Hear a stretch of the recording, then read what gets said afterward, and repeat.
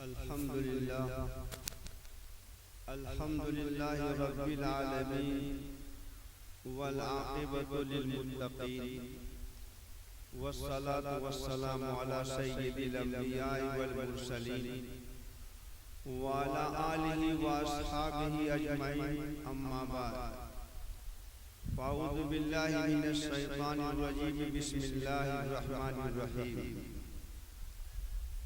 इन्नमा यख्शल्लाह मिन इबादिहिल उलमा क़ाल उमर इब्नुल ख़त्ताब रज़ियल्लाहु तआला अन्हु तफ़क़्क़हू क़ब्ल अन तुस्वदू व क़ाल बुखारी रहमहुल्लाह बाद अन तुस्वदू व क़द तअल्लम अस्हाबुन नबी सल्लल्लाहु अलैहि वसल्लम फी किब्रि सिन्निही। बातें बहुत कुछ हो चुकी, मैं बहुत देर से सुन भी रहा था और मुझसे पहले भी बहुत तमाम शख्सियतों ने खिताब किया और आप हज़रात ने उसको सुना। मैं मुख्तसर सी गुफ्तगू करके अपनी बात को खत्म करना चाहता हूँ। ये तो हम सब जानते हैं कि पूरी दुनिया में सबसे अहम और अफजल कलाम अल्लाह रब्बुल इज्जत का कलाम और अल्लाह का कलाम जो हमें कुरान मुक़द्दस की शक्ल में मिला, इससे ज्यादा अज़मत वाला कोई कलाम नहीं है। दुनिया में इससे ज्यादा पढ़ी जाने वाली कोई किताब भी नहीं है। मैं बिला तमहीद के ये बात अर्ज़ करूं, अबू बकर इब्न अय्याश रहमहुल्लाह जो एक बड़े मुहद्दिस हैं, हदीस की किताबों में इनका तज़किरा आता है, इनके वाक़े से हदीसें भी मनक़ूल हैं। जब इनकी मौत का वक्त आया तो इनकी बहन रोने लगी। अबू बकर इब्न अय्याश रहमहुल्लाह ने अपनी बहन से पूछा कि तुम क्यों रो रही हो, लिमा तबकी, क्यों तुम रोती हो? तो बहन ने कहा कि अब की क्या, मैं आपके दुनिया से जाने पर रो रही हूं। अबू बकर इब्न अय्याश रहमतुल्लाह अलैह ने कहा कि जिस दिन का मैं 60 साल से इंतजार करता रहा, तुम उस दिन के आने पर रोती हो। सुनो, मकान के इस हुजरे में, मकान के गोशे में मैंने 18,000 मरतबा कुरान मुक़द्दस को खत्म किया। तो जिसने अल्लाह के कलाम को 18,000 मरतबा खत्म किया हो, पूरा कुरान पढ़ा हो, उसके मरने पर रोने का क्या मसला? कुरान ये निजात का जरिया है, कुरान ये इंसान की कामयाबी का जरिया है, इस पर रोने की कोई जरूरत नहीं है। सबसे ज्यादा पढ़ी जाने वाली किताब यही कुरान करीम है, इससे ज्यादा कोई किताब नहीं पढ़ी जाती। आप सब जानते हैं कि इस किताब कुरान मुक़द्दस में सिर्फ 2 सूरतों के बारे में हम सब के आका इमामुल अंबिया जनाब मोहम्मद रसूलुल्लाह सल्लल्लाहु अलैहि वसल्लम ने जो बात इरशाद फरमाई वो सुनने के काबिल है। इमामुल अंबिया जनाब मोहम्मद रसूलुल्लाह सल्लल्लाहु अलैहि वसल्लम ने फरमाया था कि आसमानों जमीन की तख्लीक से हजारों साल पहले अल्लाह रब्बुल इज्जत ने फरिश्तों के सामने सिर्फ कुरान की 2 सूरतें, सूरह ताहा और सूरह यासीन की तिलावत की थी। जब अल्लाह रब्बुल इज्जत ने सूरह ताहा और सूरह यासीन की तिलावत की और फरिश्तों ने अल्लाह की तिलावत को सुना तो खुशी से मचल उठे और फरिश्ते अपनी जुबान से दुआएं देने लगे, उस उम्मत को मुबारकबाद देने लगे जिस उम्मत पर उन सूरतों का नुज़ूल हुआ। जनाब मोहम्मद रसूलुल्लाह सल्लल्लाहु अलैहि वसल्लम ने फरमाया कि फरिश्तों ने कहा था, तूबा ले उम्मती, उस उम्मत के लिए मुबारकबाद हो, यंज़िलु अलैहा, जिस उम्मत पर ये सूरतें नाज़िल हुई, उस उम्मत को फरिश्तों ने मुबारकबाद दिया और कहा था तू वाले अजवाफिन, उन सीनों को भी मुबारकबाद दिया जाना और वो सीने भी मुबारकबाद दिए जाने के काबिल हैं जिस सीनों में कुरान, जिस सीनों में अल्लाह की ये सूरतें, अल्लाह का ये कलाम महफूज होगा। तूबा लिअल्सिनतिन, वो जुबानें भी काबिल मुबारकबाद हैं जिन जुबानों से अल्लाह के इस कलाम को पढ़ा जाएगा, अदा किया जाएगा। हम और आप गौर करें कि ये अल्लाह का कितना मुकद्दस कलाम है, कितना अज़मत वाला कलाम है कि फरिश्तों ने दो सूरतों को सुन करके जो दुआएं दी हैं और जो मुबारकबादियां दी हैं वो सुनने के लायक है। आज ये हमारे बच्चे जो हाफिज़े कुरान हो रहे हैं, इन बच्चों को मुबारकबाद देना चाहिए, दिल की गहराई से मुबारकबाद देना चाहिए, क्योंकि इन बच्चों ने अपने सीनों में अल्लाह के मुकद्दस कलाम को महफूज कर लिया है। कुरान जो 30 पारे में है, वो 30 पारा इन बच्चों के सीनों में महफूज है। अपनी जुबान से बच्चों ने पढ़ा है और बच्चों ने सुना है और सुन करके उसको अपने सीनों में महफूज रख रहा है। कुरान मुकद्दस वो किताब है जिससे अजीम कोई किताब नहीं। जनाब मोहम्मद रसूलुल्लाह सल्लल्लाहु अलैहि वसल्लम ने एक मरतबा फरमाया कि देखो बहुत से फितने आएंगे, क़यामत के आने से पहले बहुत से फितने आएंगे। सहाबा ने पूछा था या रसूल अल्लाह मल मकरा, उन फितनों से बचने का रास्ता क्या होगा? जनाब मोहम्मद रसूलुल्लाह सल्लल्लाहु अलैहि वसल्लम ने फरमाया था किताबुल्लाह, उन फितनों से बचने का रास्ता यही है कि अल्लाह की किताब को मजबूती से पकड़े रहना। क्यों?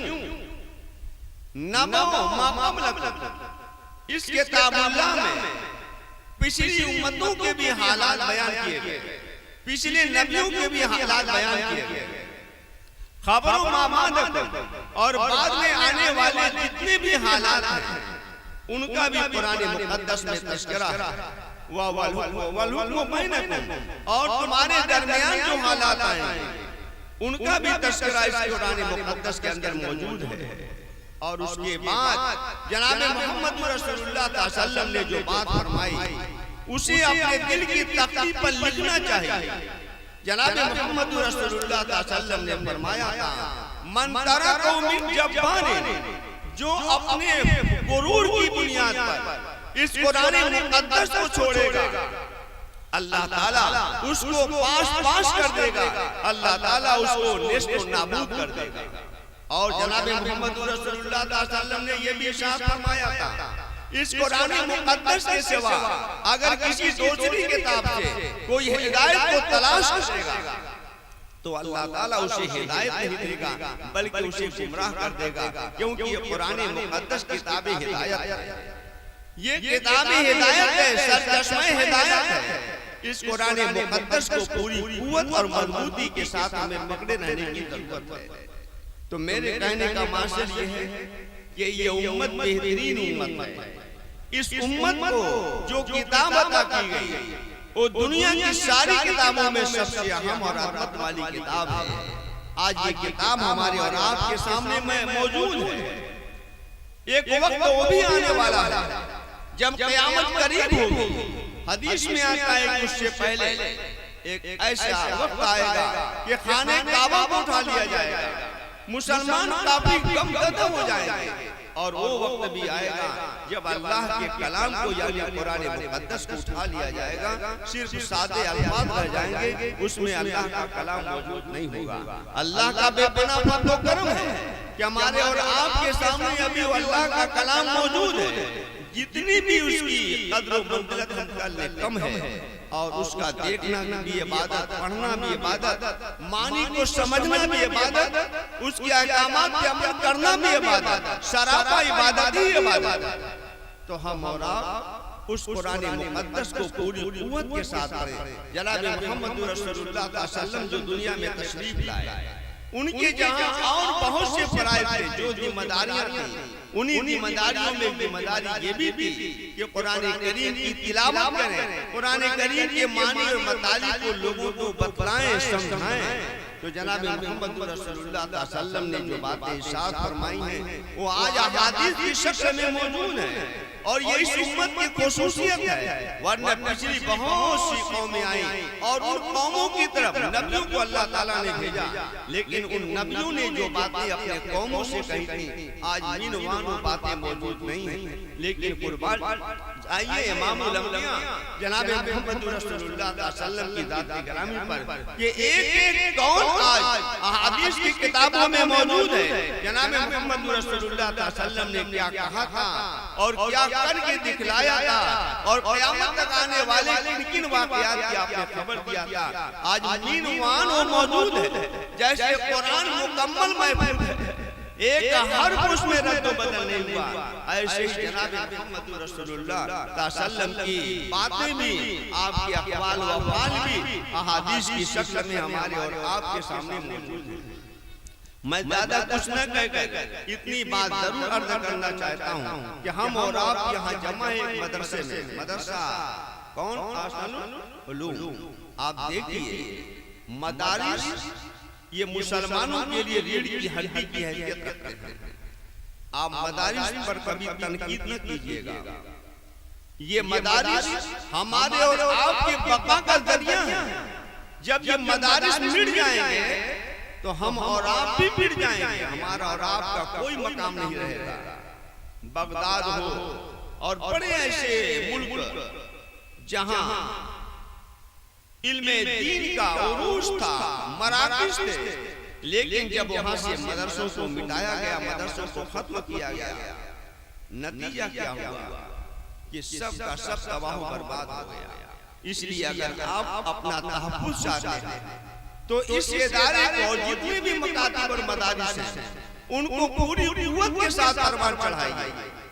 जो कुछ भी आप कमाते हैं, जो भी आपके पास पैसे आते हैं, बज़ाहिर तो ये आपके पैसे हैं, लेकिन हकीकत में ये हमारे और आपके पैसे नहीं है, क्योंकि अल्लाह ताला ने हमारे माल को और हमारी जान को जन्नत के बदले में खरीद रखा है। और ये बात जो मैं कह रहा हूँ कुरान मुक़द्दस में इसका तज़किरा है, इन्नल्लाह अश्तरा मिनल मुमिनीन, अल्लाह ताला ने ईमान वालों की जान को और माल को जन्नत के बदले में खरीद रखा है। जन्नत तक पहुँचाने वाली जितनी भी राहें हैं उन राहों पे हमको और आपको खर्च करना है। अल्लाह ताला ने हमको और आपको माल दिया है, ये हकीकत में अल्लाह का माल है, लेकिन अल्लाह ने हमें इख्तियार दिया उसको खर्च करने का। जैसे हम अपनी जाती जरूरतों में खर्च करते हैं, इससे ज्यादा जोश और वलवले के साथ इन मदारिस और मकातिब में खर्च कीजिए, ताकि ये मदारिस और मकातिब महफूज रहें, इस्लाम अपनी आन और शान पान के साथ बाकी रहे और हम मुसलमान भी उसी आन शान पान के साथ बाकी रहें। शर्त ये है कि हम इन मदारिस की हिफाजत करें और मदारिस को उरूज तक पहुंचाने के लिए हर मुमकिन जिद्दोजहद करें। और जो उलमा आपके सामने आए, जो हुफ़ाज़े किराम हो, कभी उनकी तौहीन न कीजिएगा। आपको ये बात मालूम है कि ये हुफ़ाज़े किराम जो हमारे और आपके सामने हैं, जिनकी अभी दस्तारबंदी की गई, इनके बारे में मैं क्या कहूँ, आपने बारहा सुना होगा कि इनको इख्तियार दिया जाए। हर हाफिज़े कुरान को ये इख्तियार होगा कि ऐसे 10 अफराद की बख्शिश कराएं, जन्नत तक पहुँचाएं, जो जहन्नम में जाने के हकदार थे, जिनके बारे में फैसला हुआ वो जहन्नम में जाएंगे, लेकिन हाफिज़े कुरान की शफाअत से उनकी बख्शिश कर दी जाएगी। लेकिन याद रखिए वो शख्स उस बख्शिश में शामिल नहीं होगा। हाफिज़े कुरान की सिफारिश नहीं कर सकता। जिस हाफिज़े कुरान की किसी ने तौहीन किया होगा, और आप सुनते हैं जानते हैं जब कोई हाफिज़े कुरान होता है तो क्या कहते हैं, ये क्या करेगा हाफिज़े कुरान बन के, बहुत करेगा, मस्जिद का लोटा बन जाएगा, जाके मस्जिदों में इमामत करेगा और 2 पैसे 4 पैसे लेकर गरीबों जैसा खाना खाएगा। ऐसे तनकीद करने वालों के हक में ये हाफिज़े कुरान सिफारिश नहीं कर सकते। इसलिए अगर हम और आप चाहते हैं कि ये हुफ़ाज़ हमारे और आपके हक में भी अल्लाह के हुज़ूर सिफारिश करें, तो जरूरत इसी बात की है कि इनको हम इज्जत दें, इनका वक़ार, इनकी इज्जत और अज़मत को पहचाने, ये अल्लाह के नुमाइंदे हैं।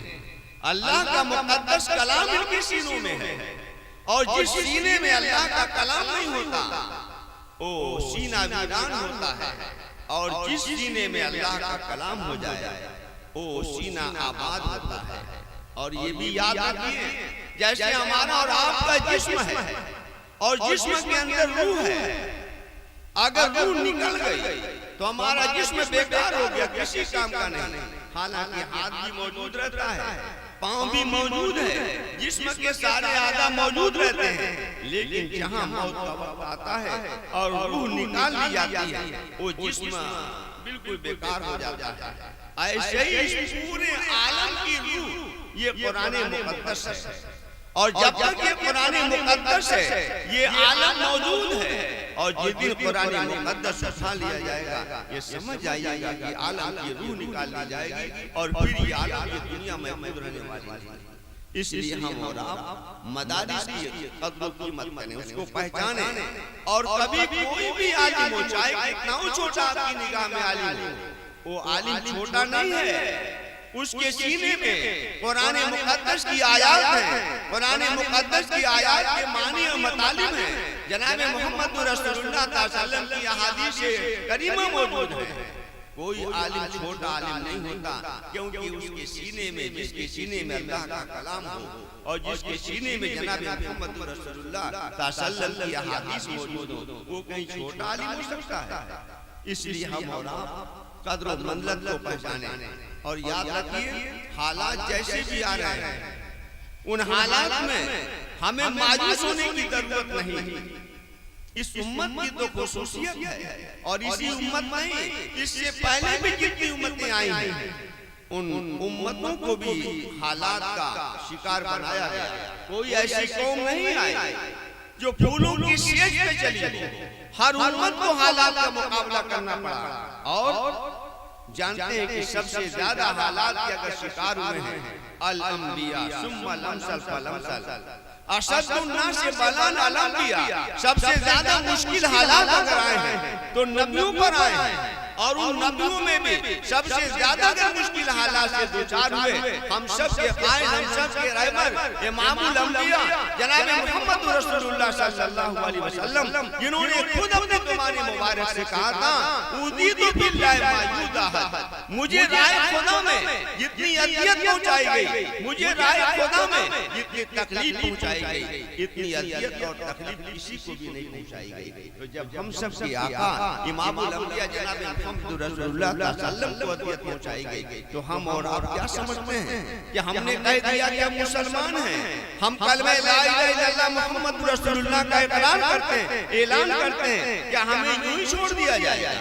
हमें भी मसाइब की चक्की में डाला जाएगा, लेकिन जरूरत इस बात की है कि हम अपने ईमान पर बिल्कुल कायम रहें, इस्तिकामत के साथ डटे रहें। और याद रखिए, जिस ईमान को हमने कबूल किया है, अगर उसमें हम कायम और कायम रहें और हालात में भी डटे रहे, तो इंशाअल्लाह हमारी आपकी कामयाबी यकीनी है।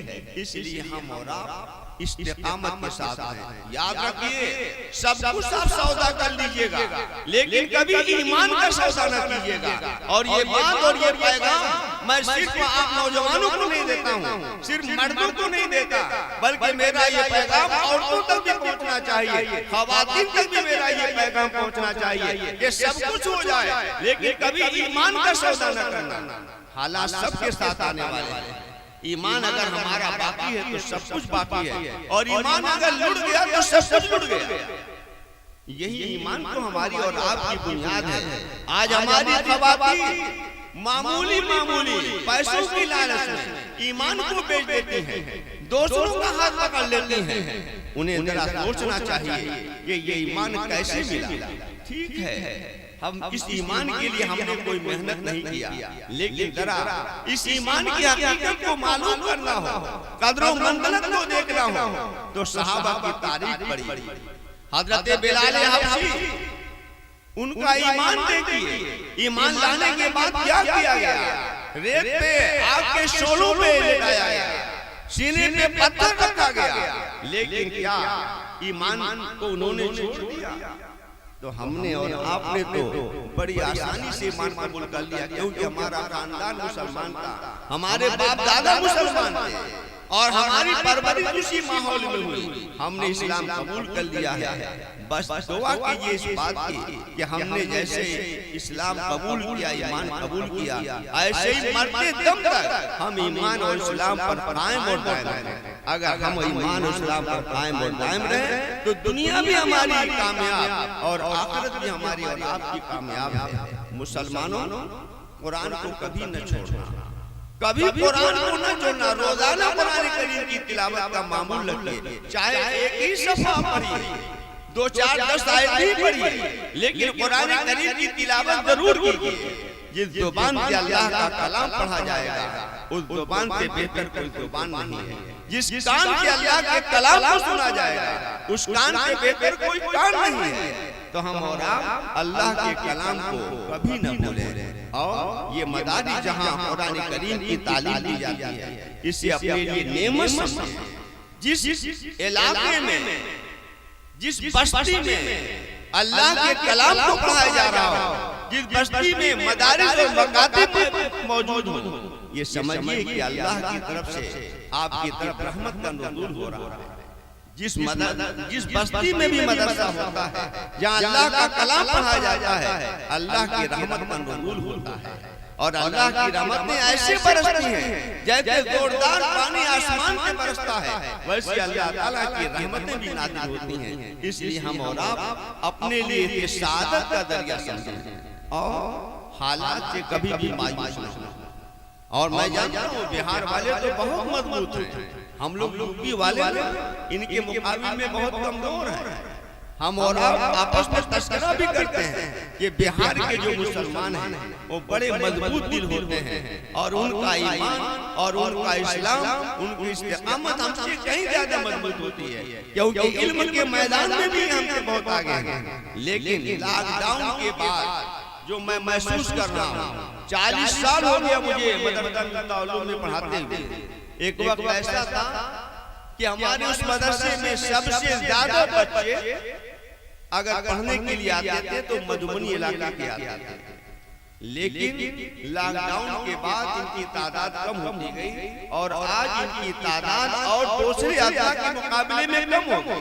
मैं ये नहीं जानता कि वो बच्चे दीनी तालीम हासिल करते हैं या नहीं करते, हो सकता है करते हो, किसी दूसरे मदरसे में जाते हो, लेकिन अगर तालीम का मेयार कम हुआ और तालीम से मुराद मेरी दीनी तालीम, दीनी तालीम अगर कम हुई तो आप अपराध को इस पर सोचने की जरूरत है, सोचने की जरूरत है कि हमारे बच्चे दीनी तालीम से जरूर वाकिफ, क्योंकि दीनी तालीम का हासिल करना ये हमारे इख्तियारी चीज नहीं है। इसको तो जनाब मोहम्मद रसूलुल्लाह सल्लल्लाहु अलैहि वसल्लम ने फर्ज करार दिया है। तलबुल इल्म फरीदतुन अला कुल्लि मुस्लिम, हर मुसलमान पर तलब इल्म फर्ज है। इसलिए मैं आप अपराध से दरख्वास्त करता हूँ कि अपने बच्चों को हाफिज़ कुरान बनाइए, आलिम दीन बनाइए। वक्त नहीं है कि मैं ज्यादा कुछ बातें कहूँ, बस मैं इतनी बात अर्ज करते हुए जाता हूँ कि इस इदारे की आप दामे दिल में कदम से मदद कीजिएगा और इस इदारे के साथ जो लोग वाबस्ता हैं उनकी तौकीर कीजिए, उनकी ताज़ीम कीजिए, अज़मत की निगाह से देखिए और दुआ कीजिए कि अल्लाह ताला इस इदारे को दिन दुनिया रात चौगुनी तरक्की नसीब फरमाए। और जो उफ़ादी कराम जिनकी दस्तकारें बंद हुई और आज उनके सरों पर दस्तकार रखा गया, अल्लाह ताला उनके इस इल्म को कबूल फरमाए और हर एतबार से दुनियावी उखरवी दोनों एतबार से अल्लाह ताला उन्हें कामयाब फरमाए, सुरखरू फरमाए। वाखिर दावाना अल्हम्दुलिल्लाह।